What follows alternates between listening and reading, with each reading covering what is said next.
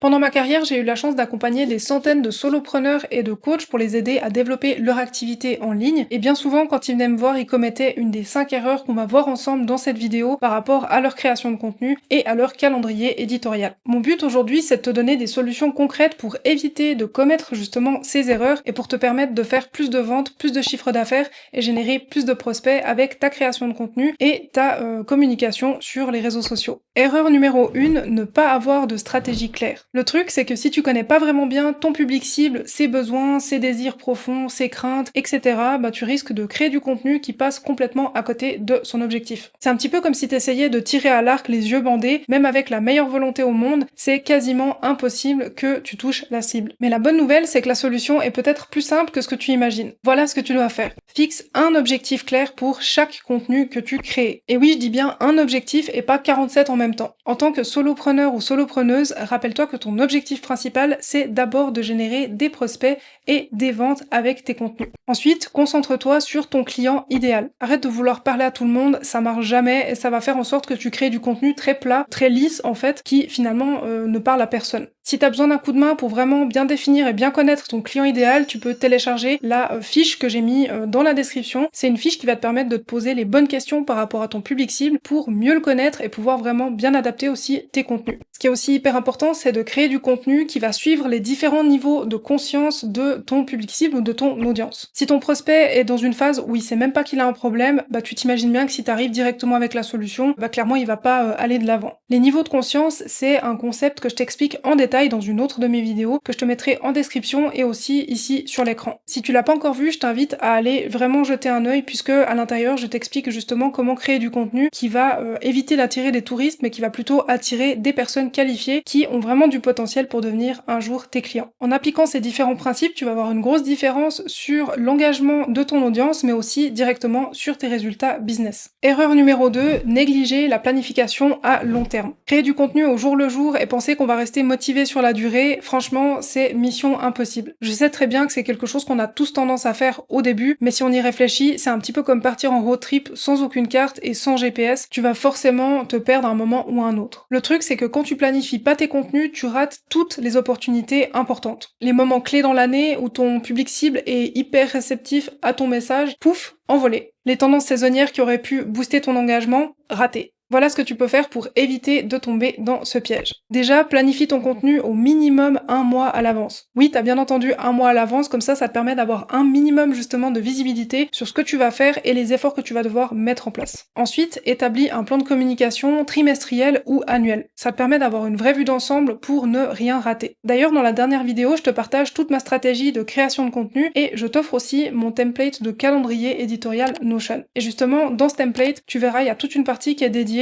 à ton plan de communication. Donc si tu l'as pas encore téléchargé, n'hésite pas à aller jeter un œil à la vidéo et je te remettrai de toute façon le lien vers le calendrier dans cette vidéo. Et enfin, prévois du contenu spécifique pour les temps forts de l'année. Le Black Friday, les fêtes de fin d'année, la rentrée, Pâques, etc. Tout ça, ça se prépare à l'avance. Avec ces quelques conseils et avec ton template de calendrier éditorial Notion, je pense que là, tu as tout ce qu'il te faut pour créer du contenu sans stress et surtout créer du contenu qui va te permettre de générer encore une fois des leads et des ventes. Dis-moi en commentaire si d'habitude t'as plutôt de l'avance ou du retard sur ta création de contenu, comme ça va me permettre de te donner 2-3 conseils si c'est le cas. Erreur numéro 3, trop se disperser sur les plateformes. Cette erreur-là, elle fait vraiment mal au cœur à voir parce que généralement ce qui se passe, c'est qu'on finit par s'épuiser dans sa création de contenu. D'ailleurs, pour être franche avec toi, c'est une erreur que moi aussi j'ai fait par le passé. Like cette vidéo si toi aussi ça t'est déjà arrivé de t'éparpiller sur les réseaux sociaux, comme ça je me sentirais un peu moins seule. Mais en fait, si on y réfléchit bien, comment on peut avoir une vie si on passe notre temps à créer du contenu sur LinkedIn, TikTok, Instagram, etc.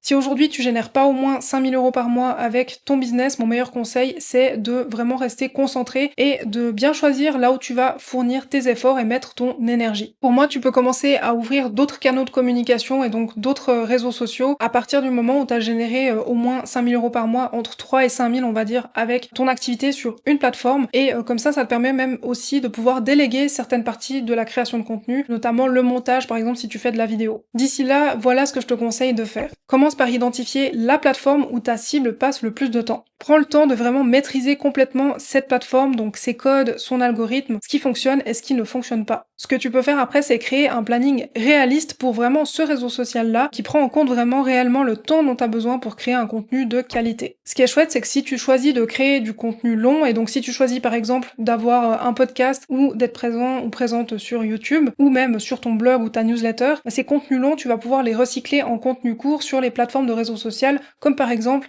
TikTok ou Instagram. Et là, tu n'auras pas besoin de créer vraiment de contenu supplémentaire, tu auras déjà ton idée de base et tu pourras découper en fait ton contenu long en plein de contenus courts, impactants, qui vont permettre aussi de ramener vers ton contenu long principal. Avec ça, tu auras plus de temps pour ce qui compte vraiment dans ton business, développer ta stratégie et travailler avec tes clients et les accompagner. Erreur numéro 4, manquer de régularité et de constance. La vérité, c'est que la régularité, c'est vraiment une des clés pour réussir sur les réseaux sociaux. La création de contenu, ça doit pas être un hobby, c'est vraiment quelque chose qui va avoir un impact sur tes résultats et qui doit faire partie de ta stratégie de développement d'entreprise. Je pense qu'on est d'accord, si t'étais salarié, ça te viendrait pas à l'idée de ne pas faire ton travail. Et ben du coup, il faut que tu apprennes à avoir ce même niveau d'exigence avec ta propre activité. Je vais te donner 3 actions concrètes que tu peux mettre en place pour créer du contenu sur la durée et éviter d'exploser en plein vol. Premièrement, définis un planning de publication qui est réaliste. Pas besoin de poster tous les jours, mais choisis entre 3 et 5 jours où vraiment t'es sûr de pouvoir créer du contenu à ces moments-là. L'objectif, c'est simplement d'être régulier ou régulière, donc même si c'est 2 fois par semaine par exemple, c'est mieux de réussir à tenir 2 fois par semaine plutôt que tout d'un coup faire 7 contenus par semaine et s'arrêter pendant 3-4 mois